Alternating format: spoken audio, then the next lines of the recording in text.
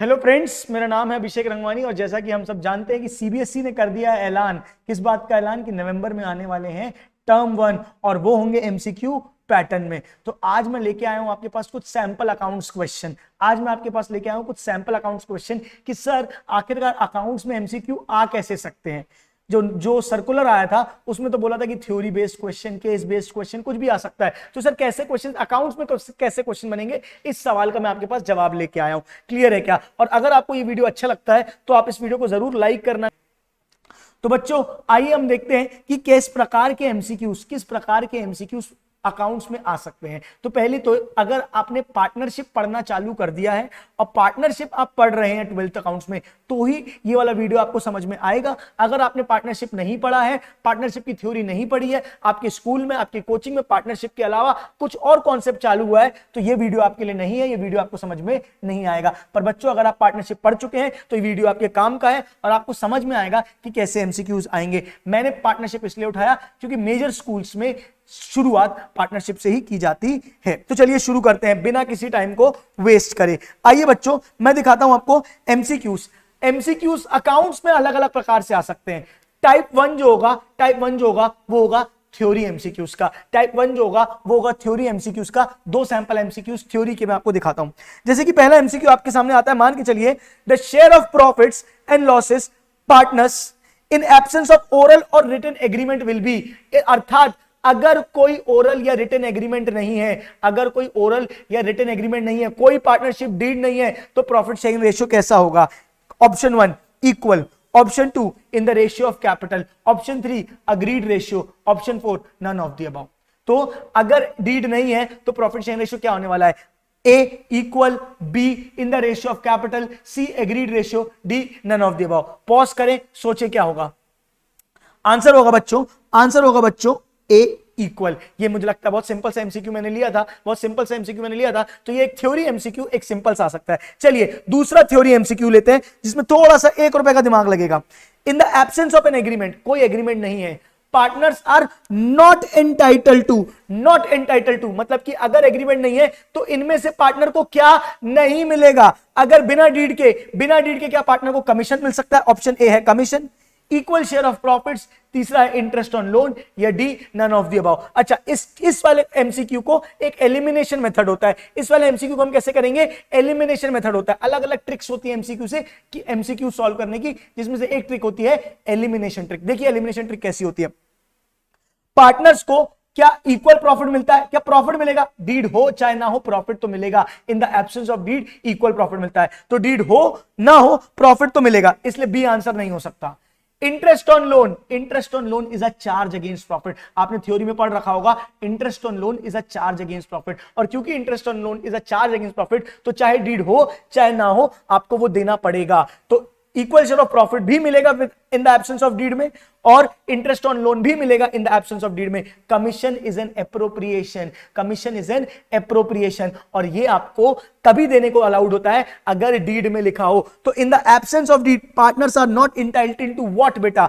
Commission. Partners are not entitled to what बेटा? Commission. बेटा मैं भी आपको एमसीक्यू सॉल्व करना नहीं सिखा रहा हूं, मैं बस आपको ये दिखा रहा हूं कि कैसे एमसीक्यूज आ सकते हैं और कैसी कैसी ट्रिक्स होती हैं। जैसे इस एमसीक्यू को हमने सॉल्व किया एलिमिनेशन ट्रिक से कि भैया पार्टनर्स को एग्रीमेंट के बिना क्या नहीं मिलेगा? देखो प्रॉफिट तो मिलेगा, डीड हो चाहे ना हो। इंटरेस्ट ऑन लोन चार्ज है, वो भी मिलेगा, डीड हो चाहे ना हो। तो कमीशन क्या बचा? एक एप्रोप्रिएशन, जो सिर्फ तभी दिया जाता है अगर डीड में लिखा हो। तो कमीशन इज द आंसर। तो ये मैंने आपको दिखाए थ्योरी क्वेश्चंस। हाँ तो बच्चों सेकेंड टाइप ऑफ क्वेश्चंस है केस बेस्ड क्वेश्चन। इसमें आपको एक केस दे दिया जाता है, ठीक है क्या? और उसके नीचे अलग अलग क्वेश्चन दिए जाते हैं। जो केस की जो स्टोरी होती है, केस की जो इंफॉर्मेशन होती है, वो आगे वाले क्वेश्चंस के लिए कॉमन होती है। ये सेकंड टाइप ऑफ क्वेश्चन है। देखिए क्या बोला है? एक्स एंड वाई पार्टनर्स, ठीक है, they do not have any partnership agreement. X और वाई पार्टनर है, उनका कोई पार्टनरशिप एग्रीमेंट नहीं है, ठीक है क्या? और आप बताइए आने वाले केसेस में क्या होगा? साफ साफ बोल दिया एक्स और वाई पार्टनर्स है और उनका कोई एग्रीमेंट नहीं है। ये डेटा आने वाले 3 क्वेश्चंस के लिए कॉमन है। पहला क्वेश्चन, एक्स बोल रहा है कि वो spends twice the time than Y. X spends twice the time than Y, मतलब एक्स जो है वो डबल टाइम डिवोट करता है वाई से। और एक्स बोल रहा है ही claims that he should get salary of 6,000 और वो बोल रहा है कि उसको क्या मिलनी चाहिए, सैलरी मिलनी चाहिए। अब कॉमन सेंस लगाओ मेरे भाई, ये आपकी भावनाओं के साथ खेलेंगे। क्या बोलेंगे कि एक्स डबल काम करता है, वाई बिल्कुल काम नहीं करता, और एक्स बोल रहा है कि मुझे सैलरी दो, बताओ एक्स को सैलरी मिलनी चाहिए कि नहीं मिलनी चाहिए। आपका मन बोलेगी, आपकी भावना बोलेंगी हाँ मिलनी चाहिए, लेकिन ऊपर डेटा दिया था there is no partnership agreement, no partnership deed. और सीधी सीधी सी बात है, salary is an appropriation, salary is an appropriation, और वो सिर्फ कब मिल सकती है, और सैलरी सिर्फ कब मिल सकती है, जब पार्टनरशिप एग्रीमेंट में लिखा हो। In the absence of agreement you can not give salary to any partner. तो इन द एब्सेंस ऑफ क्या partner is entitled to salary, X is entitled to salary, no.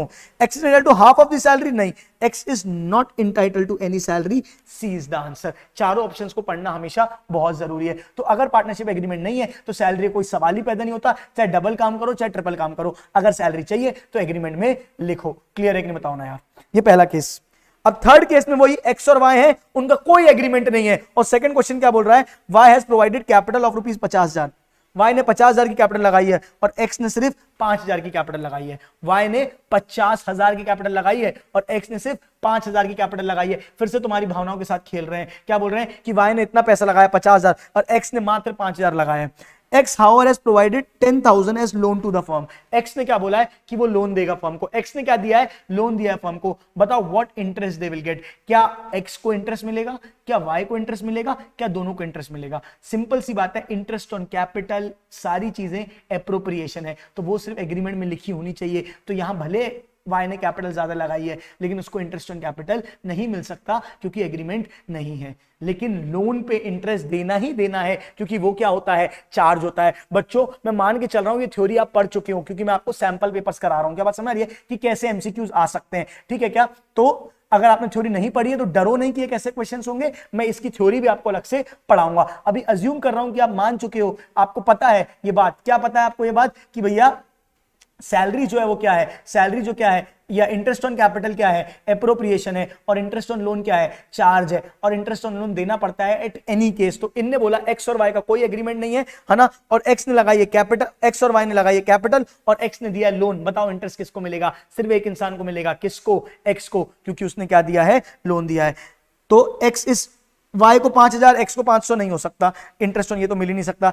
x is entitled to claim interest on his loan at the rate 10% at the rate of 6% per annum. हमने पढ़ा है कि interest on loan 6% देना पड़ता है अगर कोई agreement नहीं है तो पक्की बात है कि x को क्या देना पड़ेगा, इंटरेस्ट ऑन लोन देना पड़ेगा, जबकि y को कुछ नहीं देना पड़ेगा। तो इसका आंसर क्या हो जाएगा, बी। क्या आपको बात समझ में आ रही है कि नहीं आ रही है? सी खाली, बी, डी खाली, सिर्फ इंटरेस्ट ऑन लोन देना पड़ेगा। ऐसे आपको केस बेस्ड क्वेश्चन सीबीएसई पूछ सकता है। क्लियर है कि नहीं बताओ ना बच्चों। तो मैंने आपको बताया कि पहले दो क्वेश्चंस मैंने आपको थ्योरी कराए कि थ्योरी क्वेश्चन कैसे पूछ सकता है, तीसरा क्वेश्चन के दो पार्ट मैंने आपको कराए कि आपको केस बेस्ड क्वेश्चन कैसे आएंगे। अब मैं आपको करा रहा हूं बच्चों, अब मैं आपको करा रहा हूं कि ट्रू और फॉल्स कैसे पूछेगा। देखिए ध्यान से, जो सीबीएसई है आपसे ट्रू और फॉल्स भी पूछ सकता है। देखिए ट्रू और फॉल्स कैसे पूछेगा, घुमा के, which of the following is not true.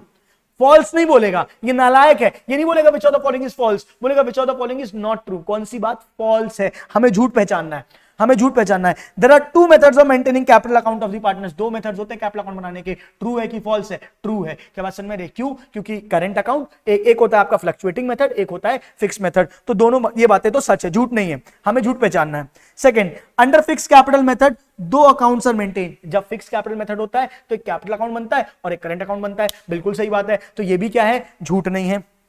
Current account can never have a negative balance. गलत गलत गलत गलत गलत। करंट अकाउंट का नेगेटिव बैलेंस भी हो सकता है। अगर आप पढ़ चुके हैं तो आपको पता होगा, जब आदमी एक्स्ट्रा विड्रॉ कर लेता है या आदमी को लॉस हो जाता है तो जो करंट अकाउंट का बैलेंस है वो नेगेटिव हो जाता है, यानी डेबिट बैलेंस हो जाता है। प्रॉफिट बैलेंस को क्रेडिट बैलेंस बोलते हैं, नेगेटिव बैलेंस को डेबिट बैलेंस बोलते हैं। तो क्या करंट अकाउंट का नेगेटिव बैलेंस हो सकता है? जो बच्चे पढ़ चुके हैं वो जानते हैं कि करंट अकाउंट का नेगेटिव बैलेंस हो सकता है। क्लियर है कि नहीं बताओ यार। तो इसने बोला can never have negative balance, ये बात झूठ है, तो सी इज द आंसर। बात समझ में आ रही कि नहीं आ रही है? तो आपको एक एक पॉइंट अच्छे से कॉन्सेप्चुअली क्लियर होना चाहिए। ये सीधे सीधे क्वेश्चन नहीं पूछने वाले, ये घुमा के देखो, फॉल्स नहीं पूछा, नॉट ट्रू पूछा। अब आपको ध्यान रखना है फॉल्स कौन सा है। क्लियर है कि बताओ ना। अब पूछा अगला, एक और ट्रू और फॉल्स लेके देखते हैं। Which of the following statement is true? Interest on capital is credited to capital account, IOC capital account में दिया जाता है। IOD is credited to capital account. देखो इंटरेस्ट ऑन कैपिटल पार्टनर्स को मिलता है तो कैपिटल क्रेडिट होती है। इंटरेस्ट ऑन ड्रॉइंग्स पार्टनर से लेते हैं तो कैपिटल क्रेडिट नहीं होती है, वो क्या होती है बच्चे, डेबिट होती है। तो ए वाला आंसर सही है। Interest on capital is credited to capital account. कौन सी चीज क्रेडिट होती है, इंटरेस्ट ऑन कैपिटल क्रेडिट होती है, बिल्कुल सही। आईओडी डेबिट होती है, फॉल्स है। Salary and remuneration payable to partner is debited, salary commission partner को मिलती है तो क्रेडिट होती है, फॉल्स है। नन ऑफ दिस, इसलिए आंसर क्या हो गया ए। सारे ऑप्शंस पढ़ना हमेशा जरूरी होता है क्योंकि हो सकता है बी सी भी सही होते और all of the above answer होता। पहला आंसर आपको सही मिल गया, इसका मतलब ये नहीं कि बाकी सारे आंसर्स भी सही हो। मैंने आपको ट्रू और फॉल्स भी एक करके बताया। ऐसे करके प्रैक्टिकल क्वेश्चंस भी आ सकते हैं फुल फ्लेजेड सॉल्व करने वाले, कि आपको एक पूरा क्वेश्चन दे दिया जाएगा और आपको एक सॉल्व करके आंसर निकालना होगा। तो मैंने आपको एक थ्योरी, दो थ्योरी क्वेश्चन बताए, एक आपको केस बेस्ड क्वेश्चन बताया और एक आपको क्या बताया मैंने आपको, एमसीक्यू क्वेश्चन में ये ट्रू और फॉल्स क्वेश्चन बताया।